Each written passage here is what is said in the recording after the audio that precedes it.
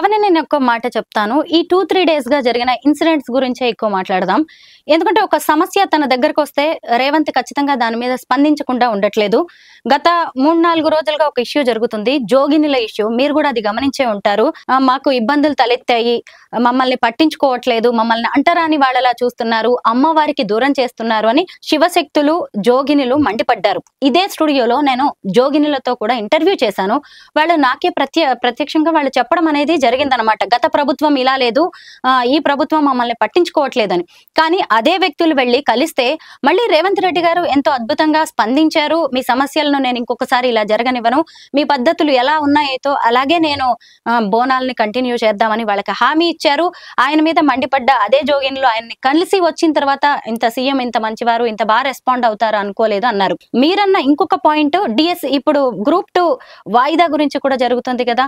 వెళ్ళి నిరుద్యోగులు ఎప్పుడైతే కలిశారో మా ప్రాబ్లం ఇది, పోస్టులు పెంచాలి అని కోరినప్పుడు టైం ఇవ్వాలి అన్నప్పుడు పోస్ట్ పోన్ చేశారు. మరి ఎంతో కొంత ప్రజా సమస్యల మీద రేవంత్ రెడ్డి స్పందిస్తున్నారు.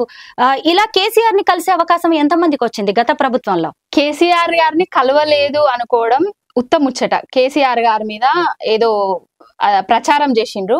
కేసీఆర్ గారు కలిసినా కలవకపోయినా కూడా ఏ జోగినీలు అయితే రోడ్ల మీదకి వచ్చి తెలంగాణ సర్కారు మీద అప్పుడున్న ముఖ్యమంత్రి మీద శాపనార్థాలు పెట్టలేదు.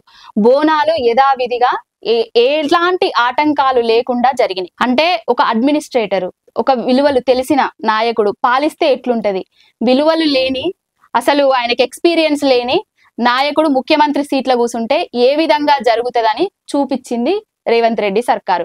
జోగినీల విషయంలోనే కాదు, నిరుద్యోగుల విషయంలో కూడా అదే విధంగా చేసిండ్రు. నిరుద్యోగులను ఏమన్నారా, పేడ్ ఆర్టిస్టులు కేటీఆర్ బ్యాచ్ అన్నారు. మరి ఆ పేడ్ ఆర్టిస్టులనే, ఆ కేటీఆర్ బ్యాచ్ నే మళ్ళీ పిలుచుకొని చర్చలు అని అంటారు.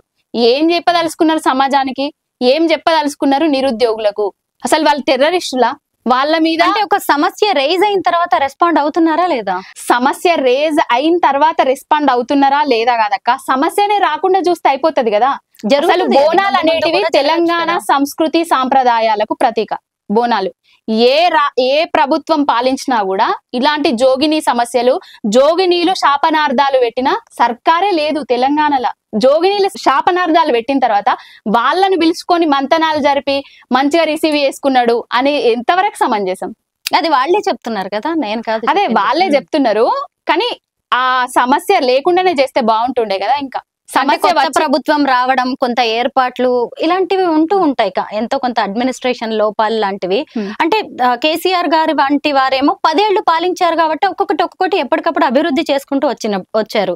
అలా చేతులు మారినప్పుడు అధికారం ఖచ్చితంగా ఇలాంటివి ఇష్యూస్ అయ్యే అవకాశాలు అయితే లేకపోలేదు. టెక్నికల్ ఇష్యూస్ గా కూడా కొన్ని చూడొచ్చు. ఇప్పుడు మంత్రులకు ఎలాంటి ఆటంకాలు జరిగాయి, మంత్రుల భార్యలకు ఎలాంటి ఆటంకాలు జరిగాయి, కానీ జోగినీలకే ఎందుకు ఆటంకాలు జరుగుతాయి?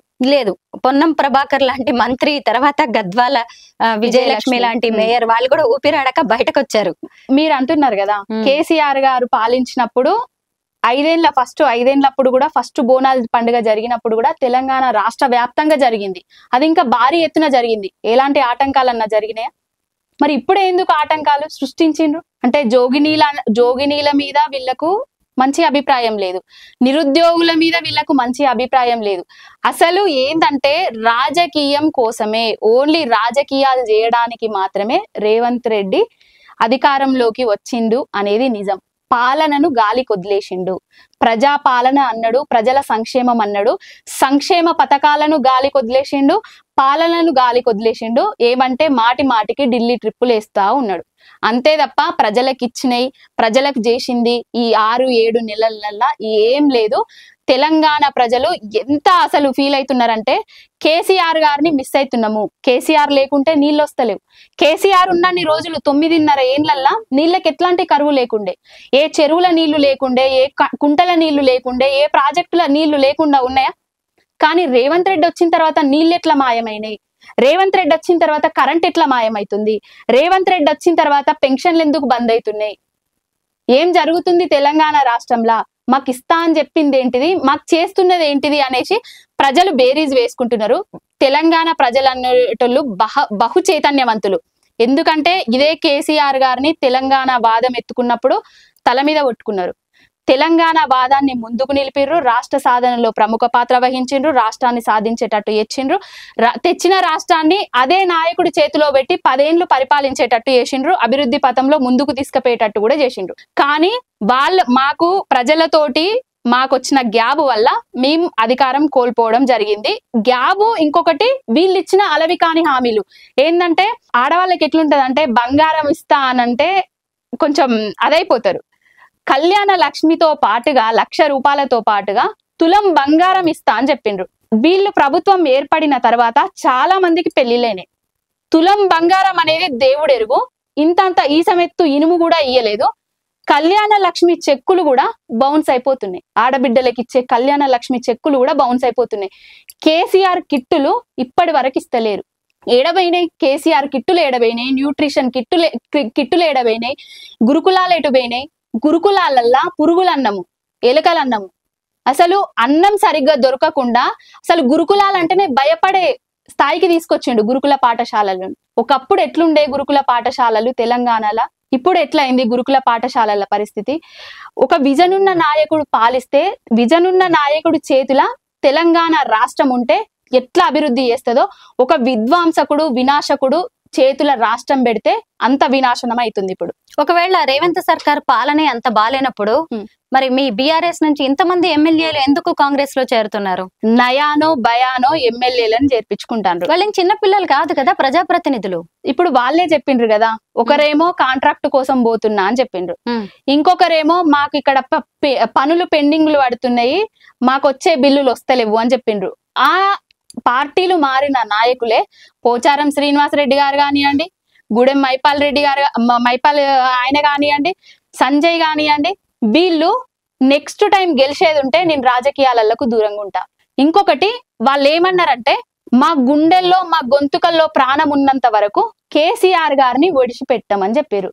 మరి వాళ్ళ గుండెల ప్రాణం పోయిందా? వాళ్ళ గొంతుకలల్లో ప్రాణం పోయిందా? అది నోరా తాటిమట్టనా? అధికారంలో ఉంటేనే మీరు కేసీఆర్ గారు వెంట ఉంటారా? అధికారం కోల్పోగానే ఏ అధికార పార్టీ అధికారంలోకి వస్తే ఆ పార్టీలకు పోతారా? ప్రజలు మిమ్మల్ని గెలిపించింది పార్టీలు మారడానికి కాదు కదా.